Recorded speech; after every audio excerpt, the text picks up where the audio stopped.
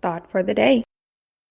A self-care journey is the most important journey you will ever take.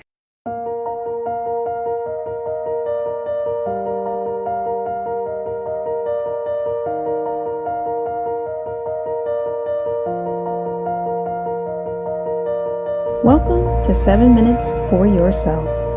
I'm Christina Aina, and I'm so glad you've joined me for what I believe will be 7 of the most enriching minutes of your day. Let's take this time to reconnect with ourselves and improve our well-being.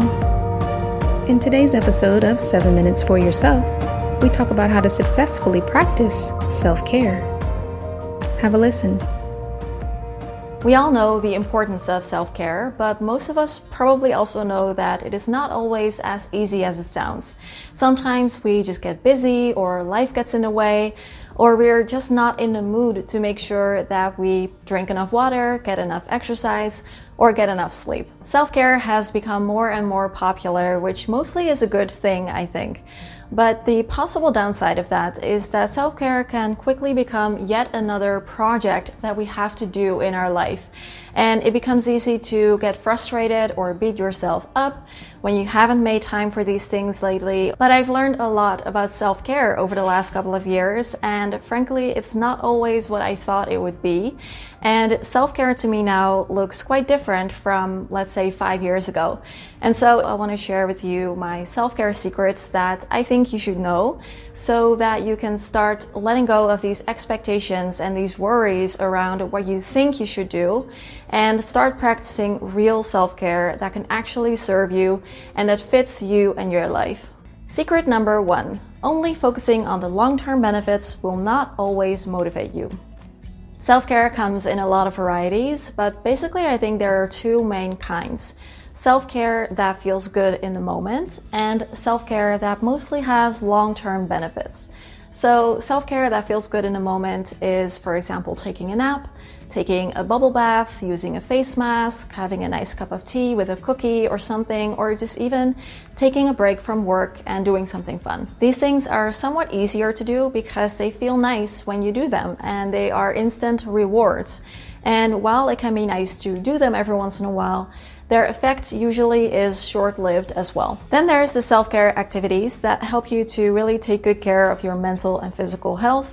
Exercise, drinking enough water, eating healthy most of the time, getting enough sleep, journaling, meditating, going out in nature, connecting with people you love. These are the things that, when we do them consistently, will have a huge impact on your health. However, these are also activities that don't always feel good in the moment itself. So we might just not feel like it, or it's hard to make time for them regularly. And because their benefits are more long-term, it's harder to turn them into a consistent habit. We are not so great at focusing on the long term, so motivation and discipline will only get you so far.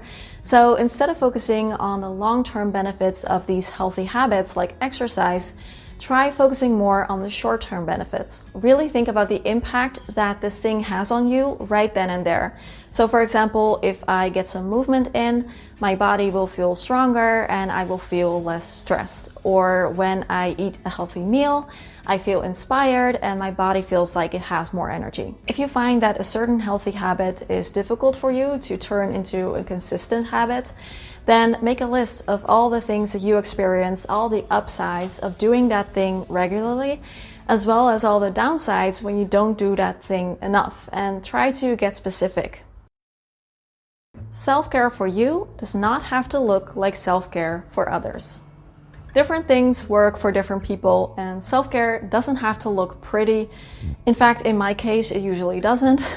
And I think we have this glamorized idea of what self-care should look like based on what is portrayed on social media, and that might not always be realistic for everyone. Some people might feel really awesome after going to the gym and doing this really crazy workout, and that might make you feel like that is something that you should do too. But no, the first word in self-care is self, so personalize it. For example, when I look at certain health and fitness channels on YouTube and I see their morning routine, it just does not resonate with me. I am not the type of person to wake up, do all of these exercises and then have a protein smoothie. Working out on an empty stomach and then only having a smoothie afterwards, that is so confusing to me. I grew up here in the Netherlands and I am used to having like a solid, hearty breakfast before we do anything else, and if I only had a smoothie, I would be hungry again in an hour. So really, don't be afraid to personalize your self-care, and you don't have to force yourself into these morning routines or evening routines if they don't work for you. And also, don't worry if it doesn't look that pretty. In my case, it usually doesn't, and it doesn't have to. It's for you. So don't look at others and then feel bad because that's not something that you can do. Just focus on what you can do and find those little windows of opportunity to do something that makes a difference for you right then in the moment. Self-care works best when you feel like you don't need it.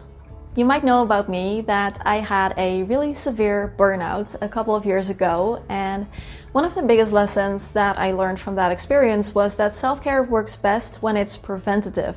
So don't wait until you feel completely exhausted and drained to start taking care of yourself, because it works best if you do it in little tiny ways so that you won't get to that stage of feeling completely exhausted. When I'm on survival mode or in the midst of a crisis, which still happens occasionally, self-care is usually one of the first things that I sacrifice, and that's actually when I need to do these things the most. I stop doing yoga, I stop meditating, I stay indoors for days in a row when I know I need to be outside getting some fresh air. I stop taking my reading breaks of 30 minutes on the couch with some lo-fi music and a cup of tea, when I know how badly I need that 30 minutes of me time to feel sane and grounded. And the more you get in that slump, the harder it is to break out of that. But when you practice self-care preventatively, you break that cycle of working really hard, crashing, resting, feeling a little better. So instead, if you do it here and there, you will keep your battery levels more consistent.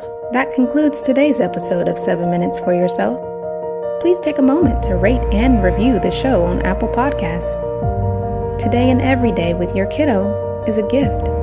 Enjoy it. Thanks for tuning in.